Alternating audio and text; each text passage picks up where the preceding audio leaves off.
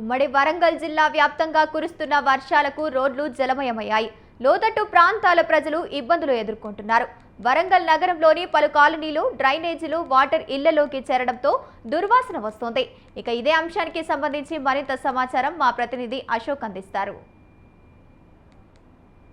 వర్షపాతం అయితే విపత్సంగా సాగుతుంది. వరంగల్లో చూసుకున్నట్టయితే ఇటు లక్ష్మీ గణపతి కావచ్చు, శివనగర్ కావచ్చు, పెడకవాడ కావచ్చు, ఇటు ట్రై సిటీలో మొత్తం అయితే వర్షాలు విపత్సంగా సాగుతుంది. గత 2 రోజుల నుంచి కుడుతున్న వర్షాలకైతే ప్రజలు మాత్రం బిక్కుమంటున్నారు.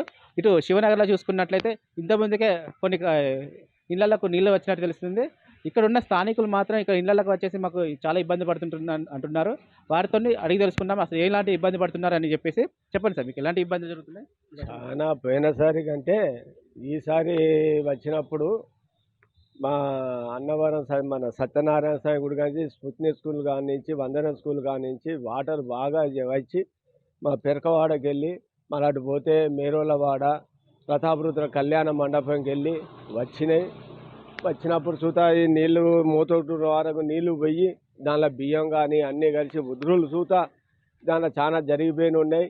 ఇదే స్ఫూర్తి స్కూల్కి వెళ్ళి నుంచి ఇదే దశరథం ఏరియా హాస్పిటల్ నుంచి గల్లీ కొద్దిగా ముందు పోతే రవీంద్ర హాస్పిటల్ ఉంటుంది. దానిలో సూత కొంతమంది వ్యాబుద్ధులు కొట్టుకుపోయిన పరిస్థితి సూత ఉన్నది. దానికి సూత ఇప్పుడు ఈ అంటువ్యాధులు సూత ఒకటి తయారయ్యి ఇంత సూత చాలా అవస్థ శక్తంగా ఉన్నాయి. కొంతమంది నిరుపేదలై సూత బియ్యం కానీ అది కానీ అన్నీ చాలా అవశేఖలు జరుగుతున్నాయి. ఇటువంటి పరిస్థితులు రాకుండా ముందు సూత పోయిన సంవత్సరం వచ్చిన ముందు నుంచి రాకుండా ఈ సంవత్సరం సూత వచ్చిన సూత అధికారులు సూత ఏమీ పట్టించుకొని ఉండే కారణం వల్ల ఇప్పుడు కానించి పట్టించుకోవాలని ప్రభుత్వాన్ని మేము అందరినీ కోరుతున్నాం.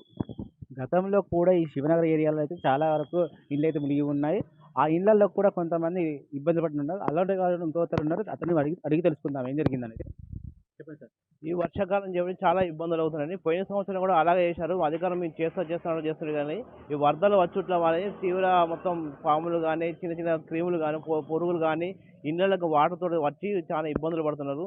ఈ సామాన్లు ఖరాబ్ అవుతున్నాయి, మనుషులు ఖరాబ్ అవుతున్నాయి. ఈ ఇబ్బంది చాలా మంది కూడా పడ్డారు.